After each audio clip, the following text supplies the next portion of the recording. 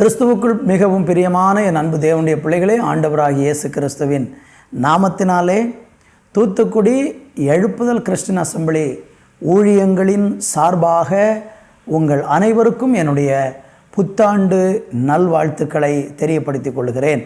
இந்த 2024ஆம் ஆண்டு புதிய வருடத்திலே தேவன் உங்களுக்கு புதிய கிருபைகளை, புதிய அபிஷேகத்தை, புதிய தெய்வீக பாதுகாப்பை, உங்கள் வாழ்க்கையில் எல்லாவற்றையும் புதுமையாக மாற்றுவாராக என்று சொல்லி ஆண்டவருடைய நாமத்தில் உங்களை நான் வாழ்த்துகிறேன். கர்த்தருக்கு மகிமை.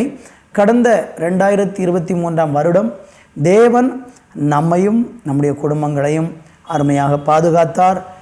ஊழியங்களை கர்த்தர் பாதுகாத்தார். எல்லாவற்றிற்காகவும் தேவாதி தேவனுக்கு நான் நன்றிகளையும் ஸ்தோத்திரங்களையும் ஏறெடுக்கிறேன். இந்த 2024ஆம் வருடத்தினுடைய வாக்குத்தத்த செய்தியை உங்களோடு கூட பகிர்ந்து கொள்வதிலே நான் மிகவும் மகிழ்ச்சியாக இருக்கிறேன். கர்த்தருக்கு மகிமை உண்டாகட்டும். இன்றைக்கு தேவன் நம்மோடு கூட பேசும்படியாக இந்த ஆண்டுக்கு ஆண்டவர் வாக்குத்தத்தமாய் கொடுக்கிற வார்த்தையை தேவ சமூகத்தில் காத்திருந்து ஜெபித்த போது ஆண்டவர் கொடுத்த ஒரு அருமையான வார்த்தை. மீகா தீர்க்க தரிசன புஸ்தகம் அதனுடைய 2ஆம் அதிகாரம் 13வது வசனத்தை நான் வாசித்து இன்றைக்கு இந்த ஆண்டுக்குரிய வாக்குத்தத்தத்தை நாம் செய்தியாக கேட்கப் போகிறோம். தடைகளை நீக்கி போடுகிறவர் அவர்களுக்கு முன்பாக நடந்து போகிறார். அவர்கள் தடைகளை நீக்கி வாசலால் உட்பிரவேசித்து கடந்து போவார்கள். அவர்கள் ராஜா அவர்களுக்கு முன்பாக போவார். கர்த்தர் அவர்கள் முன்னணியில் நடந்து போவார்.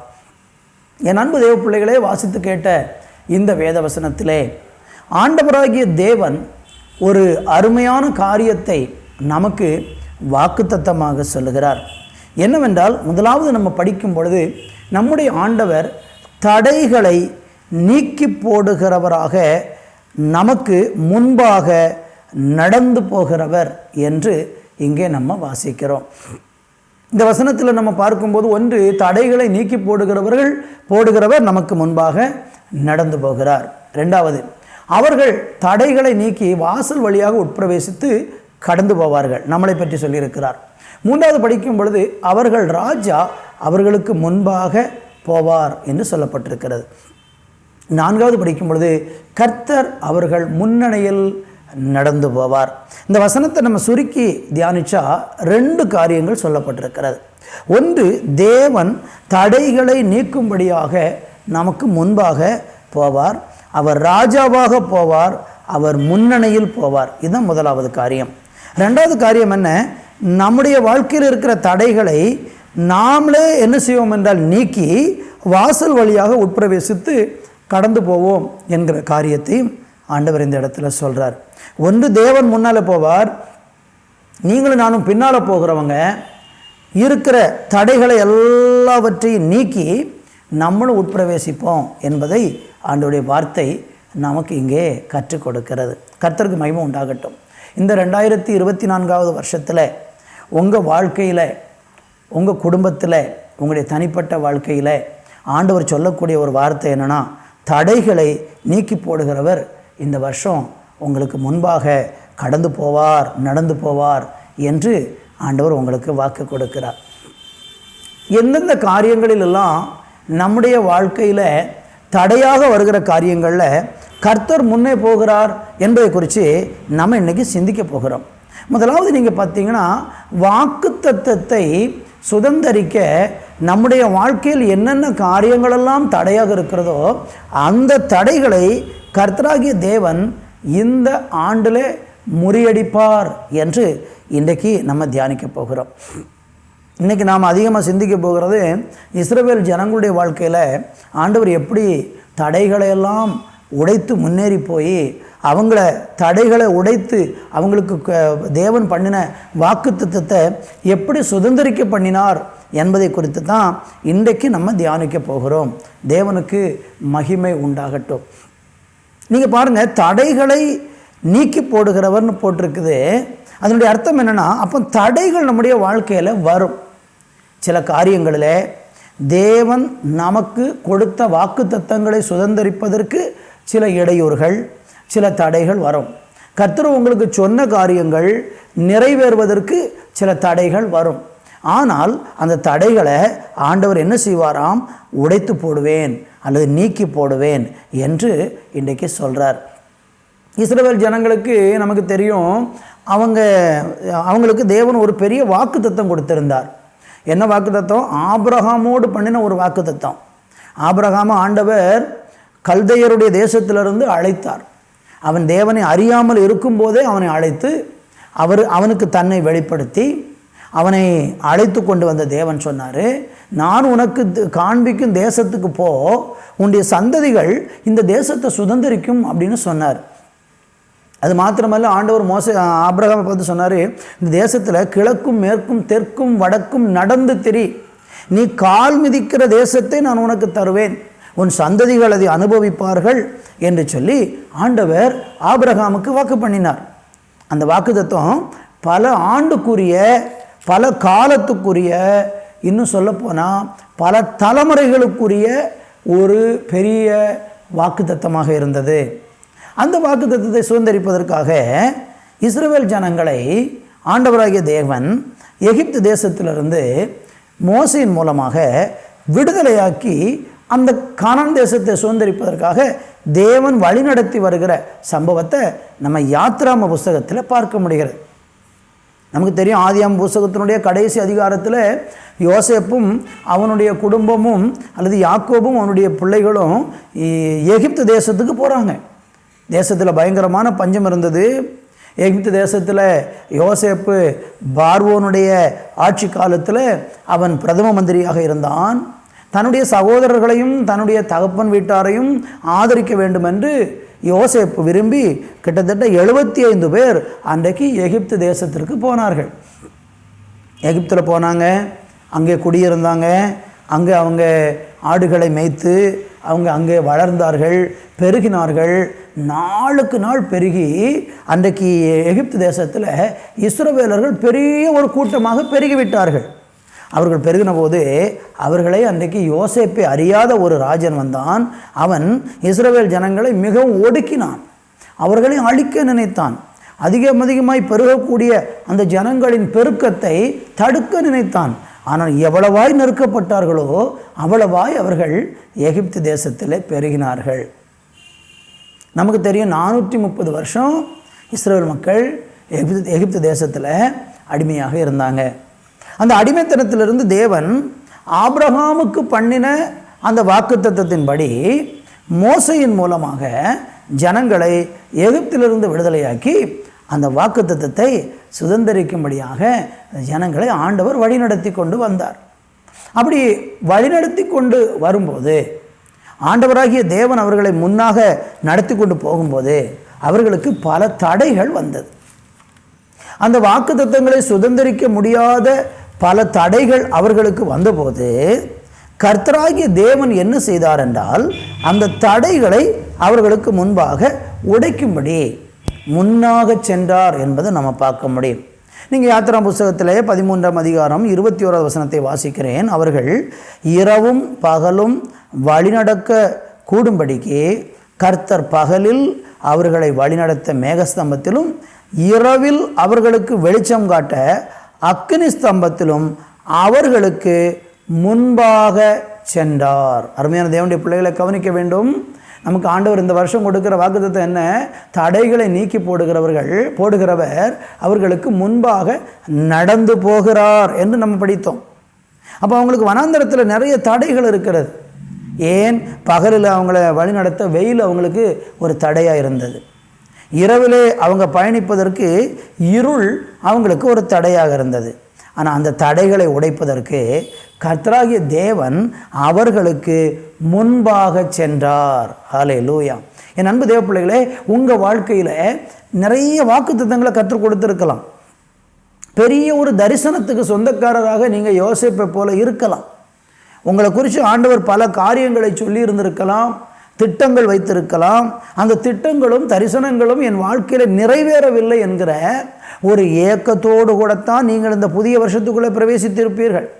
இந்த புதிய வருஷம் எப்படி இருக்க போகுதோ, இந்த புதிய வருஷத்தில் நான் ஆசீர்வாதத்தை சுதந்திரிப்பேனா, வாக்குத்தத்தங்களை சுதந்திரிப்பேனா, தேவன் எனக்கு சொன்னது என் வாழ்க்கையில் நடக்குமா, தேவன் எல்லாம் மறந்து விட்டாரா அப்படின்னு சொல்லி ஒருவேளை சில காலங்கள் நீங்கள் தரிசனம் பெற்ற பிறகு, வாக்குத்தத்தம் பெற்ற பிறகு, நீங்கள் சில பாடுகளிலும் நெருக்கங்களின் வழியாக நீங்கள் கடந்து போகிறது நிமித்தம் உங்கள் இருதயத்தில் நம்பிக்கையே குறைந்து போய், என்னைக்கு நான் வாக்குத்தத்தத்தை சுதந்திரிச்சு நான் என்னைக்கு ஆசீர்வதிக்கப்பட போகிறேன், என் காலமே முடிய போகுது, என் நாட்களே ஓடிவிட்டதே என்று சொல்லி இன்றைக்கு ஒருவேளை நீங்கள் மிகவும் மனச்சோர்வோடு கூட இருந்து கொண்டிருப்பீங்கன்னா, இந்த ஆண்டில் நீங்கள் வேத வசனத்தையும் தேவனையும் விசுவாசியுங்க. தடைகளை நீக்கி போடுகிறவர் உங்களுக்கு முன்பாக மேக ஸ்தம்பத்திலும் அக்கினி ஸ்தம்பத்திலும் உங்களுக்கு முன்பாக சென்று தடைகளை உடைப்பார். ஹல்லேலூயா. கர்த்தருடைய நாமத்தை மகிமைப்படுத்துங்க. ஆண்டவர் உங்களுடைய வாழ்க்கையில் அப்படி தான் செய்வேன் என்பதை சொல்கிறார். விசுவாசிக்கணும். நாம் சூழ்நிலைகளை கண்டு, வாழ்க்கையில் வருகிற கஷ்டங்களையும் பாடுகளையும் கண்டு சோர்ந்து போயிடக்கூடாது. இஸ்ரவேல் ஜனங்களுக்கு தேவன் பாலும் தேனும் ஓடுகிற கானான் தேசத்தை உங்களுக்கு கொடுப்பேன்னு அழைச்சார். ஆனால் அங்கே போகிற வழியில் எங்கேயுமே பாலும் தேனும் ஓடலை. வனாந்தர பயணம், அங்கே உஷ்ணம் அதிகமாக இருந்தது, பலவிதமான நெருக்கங்கள் இருந்தது. அவங்க சில வருடங்கள், சில காலங்கள், சில நாட்கள் அவங்க பயணிக்க வேண்டியது இருந்துச்சு கானானை சுதந்திரிப்பதற்காக. ஆனால் அதற்கு இடையில் அவர்களுக்கு பலவிதமான தடைகள் வந்ததாக வேதத்திலே நம்ம படிக்க முடியும். அவங்களுக்கு முதலாவது வந்த தடை என்ன அப்படின்னு பார்த்தீங்கன்னா, இவங்களை போக விடாமல் பார்வோன் தடை செய்தான். அதுதான் முதலாவது காரியம். அதில் 14ஆம் அதிகாரம் 4வது வசனத்தை படிக்கும்போது, ஆகையால் பார்வோன் அவர்களை பின்தொடரும்படிக்கு நான் அவன் இருதயத்தை கடினப்படுத்தி நானே கர்த்தர் என்பதை எகிப்தியர் அறியும்படிக்கு பார்வோனும் அவனுடைய எல்லா இராணுவத்தாலும் மகிமைப்படுவேன் என்றார். அவர்கள் அப்படியே செய்தார்கள். அன்பு தேவப்பிள்ளைகளே, பார்வோன் தான் அவங்களுக்கு முதல் தடை. ஏன்னா முந்தின அதிகாரங்களில் 13வது அதிகாரம் வரைக்கும் நீங்கள் படித்து பார்த்தீங்கன்னா, மோசைக்கு தேவன் தன்னை வெளிப்படுத்தி காண்பித்து, மோசை போய் பார்வோனுக்கு முன்னாக நின்று என்னை ஆராதிக்க என் ஜனங்களை போகவிடு அப்படின்னு சொல்லி மோசை பார்வோனிடத்தில் சொன்ன அந்த நேரத்திலிருந்து இந்த 13ஆம் அதிகாரம் வரைக்கும் நீங்கள் பார்த்தீங்கன்னா ஒரே போராட்டம் தான். இந்த ஜனங்களை போக விடாமல் என்ன செய்யலாம், இவங்களை எப்படி தடுக்கலாம், இவங்களை எகிப்துக்கு கானான் தேசத்துக்கு போக விடாமல் என்னென்ன காரியங்களெல்லாம் சொல்லி தடை செய்யலாம் என்று தொடர்ந்து பார்வோன் தடை பண்ணிக்கொண்டே இருந்தான். அப்படி தடை பண்ணக்கூடிய அந்த பார்வோனை ஆண்டவர் அவர்தான் மெய்யான தேவன் என்பதை அந்த எகிப்தியர்கள் அறிந்து கொள்ள வேண்டும். நானே கர்த்தர் என்பதை எகிப்தியர் அறியும்படிக்கு ஆண்டவர் சொல்றாரு, பார்வோனாலும் அவனுடைய எல்லா இராணுவத்தாலும் நான் மகிமைப்படுவேன் அப்படின்னு சொல்லி ஆண்டவர் என்ன செஞ்சார் தெரியுமா? 10 வாதைகளை அவங்க மேலே கட்டளையிட்டார். 10 வாதைகள், தடைகளை ஒவ்வொன்றா உடைச்சார், ஒவ்வொரு தடையாக உடைச்சார். அவங்க தண்ணீரெல்லாம் இரத்தமாக மாறியது. அவங்க தேசத்தில் பயங்கரமான பேன்கள் வந்தது, மிருகங்கள் எல்லாம் செத்து மடிந்தது, இன்னும் தவளைகள் வந்தது, இன்னும் வானத்திலிருந்து கற்கள் விழுந்தது. இப்படி ஒவ்வொரு விதமான வாதைகள் அவர்கள் மேலே தேவன் அனுப்பி அனுப்பி அனுப்பி ஒவ்வொரு தடையாக உடைச்சி கடைசியில் நமக்கு தெரியும், ஒவ்வொரு வீட்டிலையும் ஆண்டவராகிய தேவன் சங்கார தூதனை கட்டளையிட்டார். எகிப்தில் ஒவ்வொரு வீட்டுடைய தலைச்சன்களும் மரித்து போனது, ஒவ்வொரு பிள்ளைகளும் மரித்து போனாங்க. அதுக்கப்புறம்தான் அந்த பார்வோனுடைய தடை உடைஞ்சு இஸ்ரவேல் ஜனங்கள் தேவனால் விடுதலை பெற்றார்கள். என் அன்பு தேவனுடைய பிள்ளைகளே, உங்களுக்கு விரோதமாக ஒருவேளை பார்வோன் உங்களை முன்னேறி போக விடாமல், நீங்கள் வாக்குத்தத்தங்களை சுதந்திரிக்க விடாமல், சில பார்வோனின் ஆவி உங்களை தடை பண்ணி கொண்டு இருக்கும். உங்களை ஜெபிக்க விடாமல், உங்களை ஆராதிக்க விடாமல், உங்களை துதிக்க விடாமல், தேவனை சேவிக்க விடாமல், தேவனுக்கு சாட்சியாய் வாழ முடியாதபடிக்கு சில நேரம் சில பார்வோனுடைய ஆவி உங்களை தடை பண்ணும். பார்வோனுடைய ஆவி முதலாவது தடை பண்ணுகிற விஷயம் என்னன்னா, தேவ ஜனத்தை ஆராதிக்க விடாதபடிக்கு தடை பண்ணுகிறார். நமக்கு தெரியும், மோசே ஆண்டவர்கிட்ட போய் ஜெபம் பண்ணிட்டு பார்வோன்கிட்ட போய் பேசுகிறார். பேசும்போது கர்த்தர் என்ன சொன்னார் தெரியுமா? மோசையின் இடத்துல நீ போய் பார்வோனை பார்த்து என்ன சொல்லணும்? என்னை ஆராதிக்க என் ஜனங்களை போக விடு. அதான் வார்த்தை. இந்த வார்த்தையை தான் மோசே ஒவ்வொரு முறையும் போய் சொல்லுவார். ஒரு வாதை வரும், பார்வோன் அதில் வருந்துவான், உன் ஜனங்களை கூட்டிகிட்டு போப்பா அப்படி சொல்லும்போது கொஞ்சம் பேர் ஆண்களை மட்டும் கூட்டிக் கொண்டு போ, பெண்களை கூட்டிக் கொண்டு போக வேண்டாம் அப்படி சொல்லும்போது அவர் சொல்ல, இல்லை, என்னை ஆராதிக்க என் ஜனங்களை போக விடு. அப்போ தேவன் தம்முடைய ஜனங்களை விடுதலையாக்கி கானான் தேசத்துக்கு கொண்டு போவது எதற்காகனா, தேவனை ஆராதிக்க. இந்த ஆராதனையை தடை பண்ணுகிறது எல்லாமே பார்வோனுடைய ஆவிதான். நீங்கள் தேவனுடைய வாக்கு தத்தங்களை சுதந்தரிப்பதற்கும், தேவன் உங்களுக்கு சொல்லியிருக்கிற காரியங்களை, தரிசனங்களை தேவன் உங்களுக்கு நிறைவேற்றுவதற்கு நீங்கள் தொடர்ந்து தேவனை ஆராதித்து கொண்டே தான் முன்னேற முடியுமே தவிர, ஆராதனை இல்லாமல் நீங்கள் வாக்குத்தத்தத்தை சுதந்திரிக்க முடியாது. கர்த்தரை துதிக்கணும், அவரை ஸ்தோத்திரம் பண்ணணும், அவரை ஆராதிக்கணும், அவருக்கு பிரியமான பலியை செலுத்தணும், அவருக்கு காணிக்கை செலுத்தணும், அவரை உத்தமமாக பின்பற்றணும், அவரை உண்மையாக சேவிக்கணும். இப்படியெல்லாம் செய்யும் பொழுது மாத்திரம்தான் நீங்கள் தடைகளை உடைக்கிறவர் உங்கள் முன்னால் போய் தடைகளை உடைப்பார். அப்போது நல்லா புரிஞ்சுக்கோங்க, நீங்கள் தேவனை ஆராதிக்காமல் வாக்குத்தத்தங்களை சுதந்திரிக்க முடியாது. நல்ல விடுதலையோடு ஆராதிச்சிங்கன்னா அந்த பார்வோனுடைய ஆவி உங்களை விட்டு விலகிடும். உங்களை ஆராதிக்க தடை பண்ணுகிற அந்த தடைகளை உடைத்து நாம் என்ன செய்ய வேண்டும் என்றால் முன்னேற வேண்டும். அப்போ முதலாவது தடை என்ன? பார்வோனுடைய ஆவி. அந்த பார்வோனுடைய ஆவியை கர்த்தர் என்ன செஞ்சார்? நிர்மூலம் பண்ணி என்ன செஞ்சார்னா, பார்வோனை செங்கடலிலே, பார்வோனையும் அவனுடைய சேனைகளையும் செங்கடலிலே ஆண்டவர் மூழ்கடித்தார். ரொம்ப அழகாக வசனத்தில் நம்ம படிக்க முடியும். 136 சங்கீதத்தில் சொல்லும்போது ஆண்டவர் சொல்கிறார், பார்வோனையும் அவனுடைய சேனைகளையும் செங்கடலில் ஆழ்த்தினவரை துதியுங்கள், அவர் கிருபை என்றும் உள்ளது அப்படின்னு கர்த்தர் சொல்கிறார். அழகாக ஆண்டவருடைய வார்த்தையில் நம்ம படிக்க முடியும். அதில் படித்து பாருங்கள். 136 சங்கீதம் 15 வசனம் சொல்கிறது, பார்வோனையும் அவன் சேனைகளையும் சிவந்த சமுத்திரத்தில் கவிழ்த்து போட்டவரை துதியுங்கள், அவர் கிருபை என்றும் உள்ளது. அப்போ ஆண்டவர் அந்த தடையாக நின்ற பார்வோனையும் அவனுடைய சேனையும் கடலில் அழித்து போட்டுட்டார். நீங்கள் ஒன்று புரிஞ்சுக்கிடணும், ஆண்டவர் ஒரு தேவனுடைய பிள்ளையனுடைய வாழ்க்கையில் அவனுடைய ஆவிக்குரிய முன்னேற்றத்திற்கு தடையாக நிற்கிற கிரியைகளை விலக்க மாட்டார், அழித்து போட்டுருவார், நிர்மூலம் பண்ணிடுவார். பிசாசனுடைய கிரியைகளை அழிக்கும்படிக்கு தேவனுடைய குமாரன் இந்த உலகத்திற்கு வெளிப்பட்டார் என்றுதான் வேதம் நமக்கு சொல்லுகிறது. பிசாசின் கிரியைகளை அழிப்பதற்காக பார்வோனுடைய சேனைகளை கர்த்தர் கடலில் அவிழ்த்து அழித்து போட்டுட்டார். அவன் எழும்பி வராதபடிக்கு அழித்து போட்டார் என்று வேதம் நமக்கு சொல்லுகிறது. என் அன்பு தேவனுடைய பிள்ளைகளே, அப்போ முதலாவது தடைகளை உடைத்து போடுகிறவர் இந்த வருஷத்தில் வாக்கு பண்ணுறாரு, உங்களுக்கு முன்னால் போய் பார்வோனின் கிரியைகளை அழிப்பார். நீங்கள் விடக்கூடாது, ஆராதனை மட்டும் விட்டுறக்கூடாது, தொடர்ந்து ஆராதிக்க வேண்டும். ரெண்டாவது நம்ம படித்து பார்த்தால், இஸ்ரவேல் ஜனங்களுக்கு முன்னேறி செல்வதற்கு தடையாக நின்ற ரெண்டாவது ஒரு தடை என்ன? அந்த பகுதியில் நமக்கு தெரியும், செங்கடல், சிவந்த சமுத்திரம். அந்த சிவந்த சமுத்திரத்தில் தான் ஆண்டவர் பார்வோன் சேனையை அழித்தார். ஆனால் ஜனங்கள் முன்னேறி செல்வதற்கு தடையாக நின்றது சிவந்த சமுத்திரம்.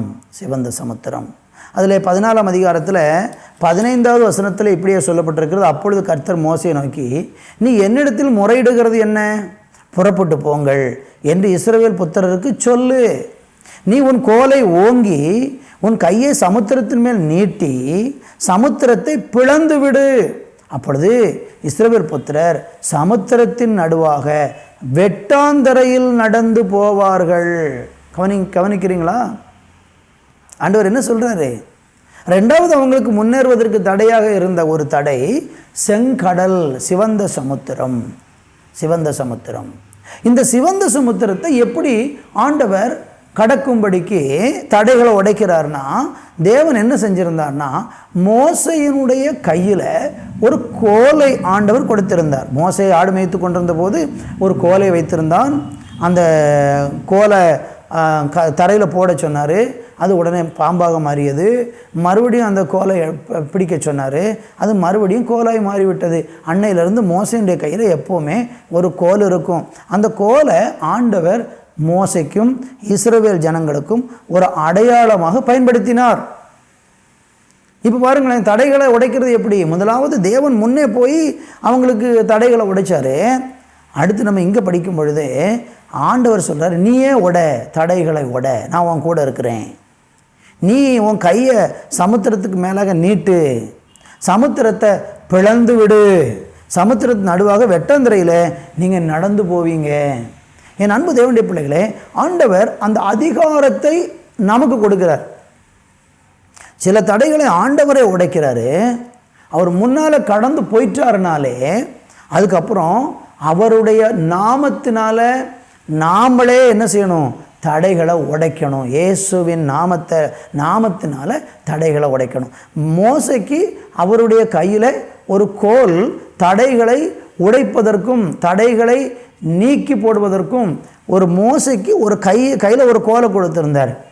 நீங்கள் எலியாவுக்கும் எலிசாவுக்கும் பார்த்தீங்கன்னா, அவங்களுக்கு முன்னேறுவதற்கு தடையாக இருந்த தடையை உடைப்பதற்கு ஒரு சால்வையை கொடுத்திருந்தார். அவங்க அந்த சால்வையை அப்படியே யோர்தானில் அடித்த போது அது ரெண்டாக பிரிந்தது என்று சொல்லி நம்ம ராஜாக்களின் புஸ்தகத்தில் படிக்கிறோம். அப்போ அவங்க கைகளில் அவங்களுக்கெல்லாம் ஆண்டவர் ஒரு ஆயுதத்தை ஒரு ஒரு ஒரு பொருளை கையில் கொடுத்து தடைகளை உடைக்கிறதற்கு ஆண்டவர் அவங்கள பயன்படுத்தினார். ஸ்தோத்திரம். ஆனால் புதிய ஏற்பாட்டு விசுவாசிகளாகிய நமக்கு தடைகளை உடைப்பதற்கு நம்ம கையில் ஆண்டவர் எந்த பொருளையுமே கொடுக்கலை. ஆண்டவர் நமக்கு கொடுத்திருக்கிறது என்ன தெரியுமா? ஒன்று இயேசுவின் நாமம்.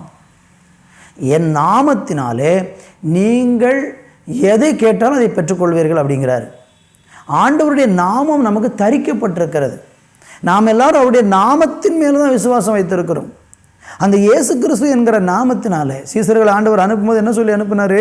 நீங்கள் என் நாமத்திலே பிசாசுக்களை துரத்துவீர்கள், நீங்கள் என் நாமத்திலே வியாதிஸ்தர்கள் மேல் கை வைப்பீர்கள். இப்படி ஆண்டவருடைய நாமம் தேவன் நமக்கு அதிகாரமாக கொடுத்திருக்கிறார். அது எங்கே கொடுத்துருக்கிறாரு? நம்முடைய இருதயத்தில் நமக்கு அந்த நாமத்தை தரித்து, நம்ம மேலே அந்த நாமத்தை ஆண்டவர் தரித்து அந்த நாமத்தை நம்முடைய வாயில் கொடுத்துருக்கிறார். நீங்களும் நானும் இயேசு கிறிஸ்துவின் நாமத்தினாலே பிசாசுக்களை துரத்தணும் அல்லது தடைகளை உடைக்கணும். அந்த இயேசுவின் நாமத்தை சொல்லும்போது தடைகள் நீங்குகிறது. அப்போ இயேசு கிறிஸ்துவின் நாமம் நமக்கு மோசைக்கு கோலாகவும் எலிசாவுக்கு சால்வையாகவும் இருந்தது போல ஆண்டவர் நமக்கு அவருடைய நாமத்தை கொடுத்திருக்கிறார். அதனால் நீங்கள் என்ன காரியத்தை ஆண்டவருடைய நாம மகிமைக்காக தேவன் உங்களை முன்னேறி செல்வதற்கு உங்களை ஆண்டவர் முன்னே போயிட்டாருனாலே நீங்கள் உடனே இயேசுவின் நாமத்தை பயன்படுத்தி நீங்கள் அவரை பின்பற்றி போய்கொண்டே இருக்கலாம். ஆனால் தேவன் உங்களுக்கு முன்னால் போகிறதுக்கு முன்னே நீங்கள் முன்னேற முயற்சிக்கக்கூடாது. அவர் எப்போ முன்னே விடணும், அவர் முன்னேற நாம் பின்பற்றி செல்லணும். அவர் முன்னேறும் போது அவரை முன்னே அனுப்பி நம்ம பின்னாக போனால் பின்னால் நீங்கள் இயேசுவின் நாமத்தை சொல்லி போய்கொண்டே இருக்கலாம். தடைகள் நமக்கு விலகும், தடைகள் நம்மளை விட்டு விலகி ஓடி போகும். எனவே என் அன்பு தேவனுடைய பிள்ளைகளே, இந்த நாட்களில் வேதம் சொல்கிறது, தடைகளை நீக்கி போடுகிறவர் அவர்களுக்கு முன்பாக நடந்து போவார். அவர்கள் தடைகளை நீக்கி வாசலால் உட்பிரவேசித்து கடந்து போவார்கள். அப்போ கர்த்தர் முன்னே போயிட்டார்னாலே பின்னால் நம்மளை ஆண்டவரை பார்க்கும்போது தடைகள் விலகும், நம்மளை பார்க்கும்போது விலகும். எப்போ தெரியுமா? நம்ம ஆண்டவருடைய நாமத்தை சொல்லும்போது. ஆண்டவருடைய வார்த்தையை தேவன் நம்முடைய நாவலை கொடுத்திருக்கிறார். அந்த வார்த்தை அதிகாரம் உள்ள வார்த்தை. அந்த வார்த்தை தேவனுடைய வார்த்தையின் மூலமாக அவருடைய நாமத்தை நாம் உச்சரிக்கும் பொழுது தடைகள் நீங்கி நம்ம தடைகளை வீழ்த்த முடியும். கர்த்தருக்கு மகிமை உண்டாகட்டும். இஸ்ரவேல் ஜனங்கள் இப்படியாக செங்கடலை ரெண்டாக பிளந்து அதையும் என்ன செஞ்சாங்கன்னா தடைகளை தாண்டி அவங்க முன்னேறி போனாங்க. பார்வோனுடைய சேனை அழிக்கப்பட்டு போனது. இப்பொழுது நீங்கள் கவனிச்சிங்கன்னா அவங்க பயணப்பட்டு முன்னே போய்கொண்டிருக்கிறாங்க வனாந்தரத்தில். அப்படி பயணப்பட்டு அவங்க முன்னேறி போகும்போது அவங்களுக்கு இப்போ கானானுக்குள்ளே பிரவேசிக்கணும். கானானுக்குள்ளே பிரவேசித்து ஒவ்வொரு பகுதிகளாக அவங்க பிடிக்கணும். அப்படி போகும்போது அவங்களுக்கு தடை என்ன வருகிறது என்றால் யோர்தான் அவர்களுக்கு தடையாக வருகிறது. நீங்கள் யோசுவாவின் புஸ்தகத்தில் 3ஆம் அதிகாரம் 17வது வசனத்தை வாசித்து பார்த்தீங்கன்னா அங்கே அவர்களுக்கு தடையாக யோர்தான் நிற்கிறதை நம்ம அங்கே பார்க்க முடிகிறது. 3ஆம் அதிகாரத்தில் நீங்கள் படித்து பாருங்கள். 17வது வசனம் என்ன சொல்லுகிறது? சகல ஜனங்களும் யோர்தானை கடந்து தீரும் அளவும் கர்த்தருடைய உடன்படிக்கை பற்றிய சுமக்கிற ஆசாரியர்கள் யோர்தானின் நடுவிலே தண்ணீர் இல்லாத தரையில் காலூன்றி நிற்கும்போது இஸ்ரவேல் எல்லாரும் தண்ணீரற்ற உலர்ந்த தரை வழியாக கடந்து போனார்கள். பார்த்தீங்களா தடைகளை எப்படி தாண்டி போகிறாங்க? இப்போ யோர்தான்ங்கிறது கானான் தேசத்துடைய எல்லை. இந்த யோர்தானை கடந்து உள்ளே போனால் தான் கானானுக்குள்ளே கால் வைக்க முடியும். இப்போ ஆரம்பத்தில் செங்கடல் தடையாக வந்தது. இப்போ கானானை போய் சுதந்திரிக்க போகும்போது என்ன வருகிறது? யோர்தான் தடையாக வருகிறது. பாருங்கள், துவக்கத்திலையும் தடை, கடைசியிலையும் தடை. இடையில நிறைய தடைகள் வந்தது. இதெல்லாம் அவங்க தாண்டினாங்க. மோசே அவங்கள அழகாக வழி நடத்தி கொண்டு போனார். அதில் சிலர் அந்த தடைகளை தாண்ட முடியாமல் முறுமுறுத்து மரித்து போனாலாம் நமக்கு அதுக்கு இடைப்பட்ட காலங்களில் உண்டு. ஆனால் இப்போ அவங்க யோர்தானை கடந்து யோர்தானை அவங்க எப்படி தாண்டினாங்கங்கிறத நம்ம சிந்திக்க வேண்டும். எப்படி தாண்டினாங்க? நல்லா கவனிங்க. யோர்தானை கடந்து தீரும் அளவும் கர்த்தருடைய உடன்படிக்கை பற்றிய சுமக்கிற ஆசாரியர்கள் யோர்தானின் நடுவில் தண்ணீர் இல்லாத தரையில் காலூன்றி நிற்கும்போது இஸ்ரவேல் எல்லாரும் தண்ணீரற்ற உலர்ந்த தரை வழியாக கடந்து போனார்கள். அப்போ இவங்க அந்த யோர்தானை தாண்டுவதற்கு முன்னால் யார் போனாங்கன்னா ஆசாரியர்கள் போனார்கள். ஆசாரியர்கள் தான் முன்னால் போகிறாங்க. நீங்கள் நல்லா கவனிச்சிங்கன்னு தெரியும். அதில் 3ஆம் அதிகாரத்தின் துவக்கத்தில் ஆண்டவர் சொன்ன ஜனங்களை நோக்கி 3ஆம் வசனத்தில் நீங்கள் உங்கள் தேவனாய கர்த்தருடைய உடன்படிக்கை பெட்டியையும் அதை சுமக்க லேவியராகிய ஆசாரியர்களையும் கண்டவுடனே நீங்கள் உங்கள் இடத்தை விட்டு பிரயாணப்பட்டு அதற்கு பின் செல்லுங்கள் என்று சொல்லப்பட்டிருக்கிறது. 3ஆம் அதிகாரத்தில் 15ஆம் வசனம் சொல்லுகிறது, யோர்தான் அறுப்பு காலம் முழுவதும் கரை புரண்டு போகும். பெட்டியை சுமக்கிற ஆசாரியரின் கால்கள் தண்ணீரின் ஓரத்தில் பட்ட உடனே மேலே இருந்து ஓடி வருகிற தண்ணீர் நின்று சார்தானுக்கு அடுத்த ஆதாம் ஊர் வரைக்கும் ஒரு குவியலாக குவிந்தது. உப்புக்கடல் என்னும் சமனான வெளியில் கடலுக்கு ஓடுகிற தண்ணீர் பிரிந்து ஓடிற்று. அப்பொழுது ஜனங்கள் எரிகோக்கு எதிராக கடந்து போனார்கள். பார்த்தீங்களா? அப்போ ஆசாரியர்களை ஆண்டவர் முன்ன அனுப்புகிறார். அவங்க எது சுமக்கிறாங்க? உடன்படிக்கை பெட்டியை சுமக்கிறாங்க. உடன்படிக்கை பெட்டியை சுமக்கக்கூடிய ஆசாரியர்கள் அந்த யோர்தானில் உடன்படிக்கை பெட்டியை சுமந்து கொண்டு காலை வச்ச உடனேயே யோர்தான் அவர்களுக்கு தடைகள் விலகியது. இதிலிருந்து நமக்கு ஒரு ஆவிக்குரிய சத்தியத்தை ஆண்டவர் என்ன கற்றுக் கொடுக்கிறார்னா, என்றைக்குமே தேவன் தம்முடைய ஊழியக்காரர்கள் மூலமாக அவருடைய ஊழியக்காரர்களை கொண்டு அவருடைய ஜனத்தை தடைகளை தாண்டி போவதற்கு உதவி செய்கிறார். நீங்கள் எப்போவுமே தெரிந்து கொள்ளணும், உங்களுக்குன்னு ஒரு சபை வேணும், உங்களுக்குன்னு ஒரு ஆவிக்குரிய தகப்பன் தாய் வேணும், உங்களுக்குன்னு ஆவிக்குரிய ஐக்கியம் வேணும். அது இல்லாமல் நீங்கள் யோர்தானை தாண்ட முடியாது.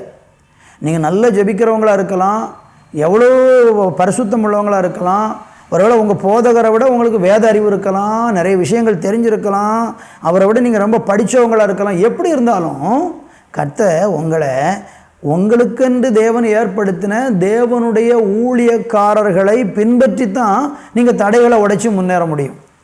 அவங்க முன்னே போகாமல் நீங்கள் முன்னே போனால் அங்கே யோர்தான் உடையாது, யோர்தான் பிரியாது.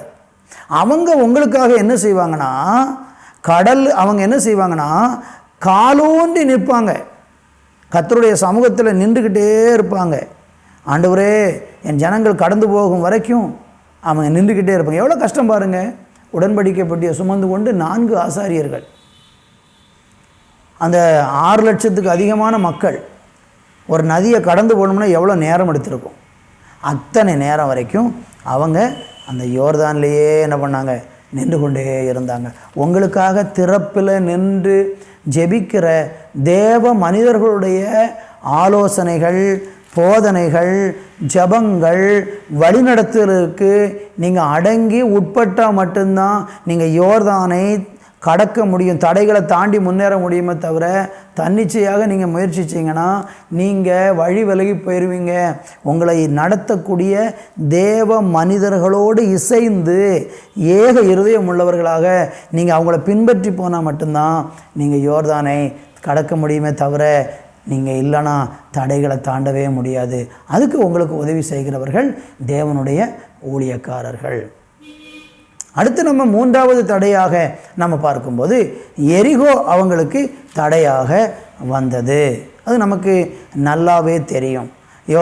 யோசுவாவின் புஸ்தகத்தில் 6ஆம் அதிகாரம் 1ஆம் வசனம் சொல்லுகிறது, எரிகோ இஸ்ரவேல் புத்திரருக்கு முன்பாக அடைக்கப்பட்டிருந்தது. பார்த்தீங்களா? இப்போ இவங்களுக்கு அடுத்த தடை என்ன? எரிகோ பெரிய ஒரு பட்டணம், மதில் சூழ்ந்த ஒரு பட்டணம். அந்த பட்டணத்தினுடைய மதில்கள் மேலெலாம் வீடு கட்டி மக்கள் குடியிருந்தாங்க. ரதங்கள் ஓடுகிற அளவுக்கு பெரிய மதில் சூழ்ந்த பட்டணமாக இருந்தது. இப்போ அது ஒரு சவாலாக அவர்களுக்கு இருந்தது. கர்த்தருக்கு மகிமை உண்டாகட்டும். இங்கே நீங்கள் பார்த்தீங்கன்னா ஆசாரியர்கள் உடன்படிக்கை பெட்டியை எக்காலத்தை ஊதிக்கொண்டு அவங்க என்ன செய்யணும்னா அந்த எரிகோ கோட்டை என்ன செய்யணும், சுற்றி வரும்படியாக 7 நாள் சுற்றி வரணும். 7வது நாள் 7 தரம் சுற்றி வரும்படியாக சொன்னார்.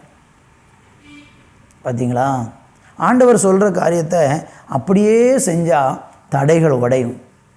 இங்கே இவங்க கையினாலேயோ பட்டயத்தினாலேயோ அல்லது ஆயுதங்கள்னாலேயோ எந்த விதத்திலையும் எரிகோவை பிடிக்கலை. அவங்க செஞ்சது என்ன? தேவனுக்கு கீழ்ப்படிஞ்சாங்க. தேவன் என்ன சொல்கிறாரோ அப்படியே கீழ்ப்படிஞ்சு நடந்தாங்க. தேவனுடைய ஊழியக்காரர்கள் யோசுவா அவங்கள வழி நடத்துகிறார். ஜனங்களை இப்படி நடத்து, நீங்கள் மகா ஆரவாரமாக ஆர்ப்பரிக்க கடவீர்கள் அப்படின்னு சொல்லும்போது ஆர்ப்பரிக்கணும். அது வரைக்கும் அமைதியாக போகணும். சுற்றி வாங்க சுற்றி வாங்க. ஒவ்வொரு நாளும் 7 நாட்கள் அவர்கள் சுற்றி வந்தாங்க. அவங்க எக்காலங்களை ஊதி ஜனங்களெல்லாம் ஆர்ப்பரித்த போது அலங்கம் இடிந்து விழுந்ததென்று 6ஆம் அதிகாரம் 20ஆம் வசனத்தில் சொல்லப்பட்டிருக்கிறது. பார்த்தீங்களா? இப்படி தான் அவங்க தடைகளை தாண்டி முன்னேறினார்கள் என்று நம்ம பார்க்கிறோம். அப்போ நீங்களும் நான் என்ன செய்யணும்? ஆண்டவர் நம்மளை வழிநடத்துகிற பிரகாரம் தேவனை எக்காலம்னு சொன்னாலே அது தேவனை துதிக்கிறதுக்கு ஒரு அடையாளம் தான். எக்காலத்துக்கு பல அர்த்தங்கள் உண்டு. எச்சரிப்புக்காக கொடுக்கப்படும், பல காரியங்களுக்காக எக்காலம் ஊதப்படும். அதில் ஒரு காரியம் என்னென்னா தேவனை துதிப்பதற்கும் எக்காலம் ஊதப்படுகிறது. அப்போ இங்கே தேவனை துதிப்பதற்காக எக்காலம் ஊதினார்கள் என்று நம்ம எடுத்துக்கொள்ளலாம். தேவன் அவங்க துதித்த போது தடைகள் உடைந்தது. தடைகளை உடைச்சி போடுறவர் முன்னே போவார், ஆனால் அவருக்கு பின்னால் எப்போவுமே அவரை துதிச்சுக்கிட்டே போகணும். முறுமுறுத்து கொண்டு அல்ல, ஸ்தோத்திரம் பண்ணிக்கொண்டே போக வேண்டும். தடைகளை உடைப்பதற்கு தேவனை துதிக்க வேண்டும் என்பதை நீங்கள் மறந்து விடாதீர்கள். கர்த்தருக்கு மகிமை உண்டாகட்டும். அடுத்து நம்ம பார்க்கும் பொழுது யாத்ராம புஸ்தகம் 33ஆம் அதிகாரம் 14, 15 வசனங்கள். அங்கே இப்படியே சொல்லப்பட்டிருக்கிறது, அதற்கு அவர், என் சமூகம் உனக்கு முன்பாக செல்லும், நான் உனக்கு இளைப்பாறுதல் தருவேன் என்றான். அப்பொழுது அவன் அவரை நோக்கி, உம்முடைய சமூகம் என்னோடு கூட செல்லாமல் போனால் எங்களை இவ்விடத்திலிருந்து கொண்டு போகாதிரும் என்று ஜெபம் பண்ணுகிறான். அருமையான தேவனுடைய பிள்ளைகளே, நல்லா கவனிக்கணும். தடைகளை உடைத்து போடுகிற தெய்வத்தை என்னைக்கு முன்னே அனுப்பணும்? நீங்கள் அவரை நீங்கள் முன்னே அனுப்பாமல் நீங்கள் முந்தக்கூடாது. என்றைக்குமே ஒரு தேவனுடைய பிள்ளை தடைகளை உடைக்கிற தேவன் எனக்கு முன்னாக போகணுன்னு நீங்கள் காத்திருக்கணும். அதுக்கு எவ்வளோ லேட்டானாலும் பரவாயில்ல, ஆண்டவரே நீங்கள் புறப்படும் போது தான் நான் புறப்படுவேன், நீங்கள் போகலைன்னா நான் போக மாட்டேன். எப்போவுமே நான் ஒரு காரியத்தை செய்கிறதுக்கு முன்பாக தேவனுடைய வாக்குத்தத்தங்களை ஆசீர்வாதங்களை சுதந்திரிப்பதற்கு நீங்கள் எனக்கு முன்னால் போங்க ஆண்டவரே அப்படின்னு சொல்லி ஒவ்வொரு நாளும் தேவ சமூகத்தை முன்னே அனுப்பி நானும் நீங்களும் பின்னால் போகிறவங்களாக இருக்கணும். இங்கே தான் நிறைய பேர் தவறு பண்ணுவாங்க. என்ன செய்வாங்க? தேவனுடைய சமூகத்துக்கு முதலிடம் கொடுக்க மாட்டாங்க, தேவனுடைய ஆலோசனைக்கு முக்கியத்துவம் கொடுக்க மாட்டாங்க, தேவன் சொல்லுகிறபடி பயணிக்க மாட்டாங்க, அவங்க இஷ்டப்படி போவாங்க. கர்த்தருடைய சமூகத்தை பின்னால் வர சொல்லுவாங்க. இல்லை, கர்த்தருடைய சமூகம் முன்னால் போகாமல் நீங்களும் நானும் புறப்படவே கூடாது. கர்த்தருக்கு மகிமை. நீங்கள் படித்து பார்த்தீங்கன்னா தெரியும், இஸ்ரவேல் ஜனங்களை தேவன் வழி நடத்தும் போது மேக ஸ்தம்பத்திலும் அக்னி ஸ்தம்பத்திலும் வழி நடத்தினார். அந்த மேகஸ்தம்பம் இவங்களை வழிநடத்துறதுக்கு எப்படி அவங்களுக்கு முன்னால் போனதென்றால், மேகஸ்தம்பம் அப்படியே வந்து ஆசரிப்பு கூடாரத்தில் இறங்கும்போது எல்லாரும் கூடாரம் அடித்து அந்த ஆசரிப்பு கூடாரத்தை சுற்றிலும் வனாந்தரத்தில் கூடாரம் அடித்து தங்கியிருப்பாங்க. அது சில நேரம் ஒரு நாள் தங்கியிருக்கும், சில நேரம் ஒரு மாதம் தங்கியிருக்கும், சில நேரம் ஒரு வருடம் வரையும் தங்கியிருக்கும். அந்த ஒரு வருடம் வரை தங்கியிருந்தாலும் இவங்க கிளம்பக்கூடாது, அப்படியே உட்காந்துருக்கணும். கூடாரம் அடித்து அவங்க என்ன செய்யணும்னா, கூடாரத்தை அடித்து அவங்களுடைய அந்த ஆசரிப்பு கூடாரத்தை பாதுகாக்கணும், ஜனங்களை பாதுகாக்கணும், பாதுகாப்பாக அவங்க நிற்கணும். திடீரென்று ஆசரிப்பு கூடாரத்தின் நடுவிலிருந்து கர்த்தருடைய மேகம் எழும்பும்போது இவங்க பயணிக்க வேண்டும். 8ஆம் புஸ்தகத்தில் 9ஆம் அதிகாரம் 17லிருந்து 23 வரை படித்து பாருங்கள். நேரம் இல்லாததுனால நான் சுருக்கமாக சொல்கிறேன். அங்கே மேகம் புறப்படும்போது ஜனங்கள் புறப்படுவாங்க, மேகம் கூடாரத்தில் தங்கும்போது அவங்க தங்கியிருப்பாங்க. இதுதான் நம்முடைய விசுவாச பயணத்தில் தடைகளை உடைத்து முன்னேறுவதற்கு தேவன் வைத்திருக்கிற ஒழுங்குமுறை. நீங்களும் நான் இந்த ஒழுங்குமுறையை கை கொள்ளலைன்னா நிறைய சிக்கலில் மாட்டிக்கொள்வோம். தடைகள் உங்களுக்கு வந்துக்கிட்டே தான் இருக்கும், நீங்கள் முன்னேறவே முடியாது. இஸ்ரவேல் ஜனங்களுடைய வாழ்க்கையில் பாருங்களேன், சில தடைகள் அவங்க சிக்கிக்கிட்டாங்க. எப்படி தடைகளில் சிக்கினாங்க நமக்கு நல்லா தெரியும். அவங்க வனாந்தரத்தில் முறுமுறுத்ததுனால 40 நாளில் கானான் தேசத்துக்குள்ளே போக வேண்டிய ஜனங்கள் 40 வருடம் தாமதமாய் போனாங்க. 40 வருடம் தாமதமாய் போனாங்க. 8ஆம் புஸ்தகம் 14ஆம் அதிகாரம் 34வது வசனத்தில் நீங்கள் படித்து பார்த்தீங்கன்னா அங்கே சொல்கிறாரு, இஸ்ரவேல் ஜனங்கள் கர்த்தருக்கு விரோதமாக முறுமுறுத்ததுனால வனாந்தரத்தில் 40 நாள் 40 வருடம் ஆயிற்று. தடைகள் 40 வருஷம் ஆயிற்று. இன்றைக்கி உங்கள் வாழ்க்கையில் வர வேண்டிய ஆசீர்வாதங்கள்லாம் ரொம்ப தாமதிக்கிறது. எல்லாத்துலேயும் தடை, அதில் தடை, இதில் தடை, வேலையில் தடை, தொழிலில் தடை, வருமானத்தில் தடை, ஆசீர்வாதத்தில் எல்லாத்துலேயும் எல்லாத்துலேயும் தடைகள் நின்று கொண்டே இருக்கிறது. என்ன காரணம் யோசித்து பாருங்கள். முறுமுறுப்பு.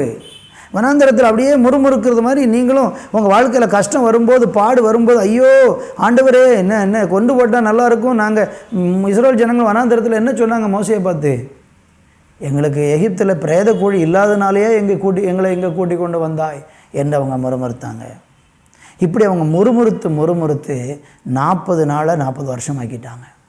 உங்கள் வாழ்க்கையில் இப்படிப்பட்ட தடைகள் இருக்குமானால் இன்றைக்கே முறுமுறுப்பை உங்கள் இதயத்தை விட்டு எடுத்து போடுங்க. அவன் சரியில்லை, இவன் சரியில்லை, அவங்க சரியில்லை, இவங்க சரியில்லை, ஊழியக்காரன் சரியில்லை, சபை விசுவாசி, யார் சரியில்லைன்னு சொல்கிறதுக்கு நமக்கு எந்த உரிமையும் கிடையாது. நம்மளே சரியில்லை. எத்தனை குறைகள் நம்மகிட்ட இருக்குது. அப்புறம் எப்படி நம்ம மற்றவங்களை நியாயம் இருக்க முடியும்? மனரம்யமாக இருக்க நம்ம கற்றுக்கொள்ள வேண்டும். மற்றவங்களுடைய குறைகளை அல்ல, நிறைகளை பார்த்து நம்ம முன்னேற பழக வேண்டும். நமக்குள் எத்தனையோ குறைகள் இருக்குது, ஆனாலும் தேவன் நம்மளை நேசிக்கவில்லையா? இந்த நாட்களில் நீங்களும் நானும் அதை உணர்ந்து கொள்ள வேண்டும். ஆண்டவராகிய தேவன் நமக்கு சொல்கிறாரு, அவருடைய சமூகம், அவர் தடைகளை நீக்கி போடுகிறவராக நமக்கு முன்பாக நடந்து போவேன் என்று வாக்கு பண்ணுகிறார். இந்த நாளிலையும் கூட நாம் நம்முடைய வாழ்க்கையில் தடைகள் இருக்கும் என்றால் தடைகளை நாம் தாண்டி போகிறதுக்கு கர்த்தர் நமக்கு உதவி செய்வாராக. இஸ்ரவேல் ஜனங்கள் முன்னேறுவதற்கு அடுத்து இன்னொரு தடை என்னென்னா, அவங்க எரிகோ பட்டணத்தில் போய் அதை மேற்கொண்டு ஜெயித்தாங்க. ஆனால் எரிகோவில் உள்ள சாபத்தீடானதை எடுத்துக்கொண்ட போது அவங்க பயணம் தடைபட்டது. அப்போ ஆகான் என்கிற மனுஷனை அவங்க கண்டுபிடிச்சி அவனை கொண்டு போட்ட போது தடைகள் நீங்கி முன்னேறின. இது நமக்குள்ளேயே சில தடைகள் இருக்கும், சில பாவங்கள், சில இச்சைகள், சில தேவையற்ற காரியங்கள் நம்மளை முன்னேற விடாமல் தடை பண்ணி கொண்டிருக்கும். தடைகளை தாண்டி நம் முன்னேறுவதற்கு கர்த்தர் நமக்கு உதவி செய்வாராக. கண்களை மூடி ஜெபிப்போம். நல்ல பிதாவே, இந்த நல்ல வேலைக்காய் நன்றி. இந்த நாளிலேயும் கூட நீர் எங்களோடு கூட பேசின வார்த்தைகளுக்காய் நன்றி. தடைகளை தாண்டி முன்னேறுவதற்கு பரிசுத்த ஆவியானவர் எங்கள் ஒவ்வொருவருக்கும் கிருபை செய்ய வேண்டும் என்று இயேசுவின் நாமத்தில் ஜெபிக்கிறேன் அப்பா. ஒவ்வொரு பிள்ளைகளையும் ஆசீர்வதியும். இந்த 2024வது வருஷம் ஒவ்வொரு குடும்பங்களும் கர்த்தரால் ஆசீர்வதிக்கப்படட்டும். தடைகளை தாண்டி நிறைய ஆசீர்வாதங்களை சுதந்திரிக்கிற ஒரு வருஷமாக ஒவ்வொருவருக்கும் இருப்பதாக என்று சொல்லி இயேசுவின் நாமத்தில் ஜெபிக்கிற நல்ல பிதாவே, ஆமேன், ஆமேன்.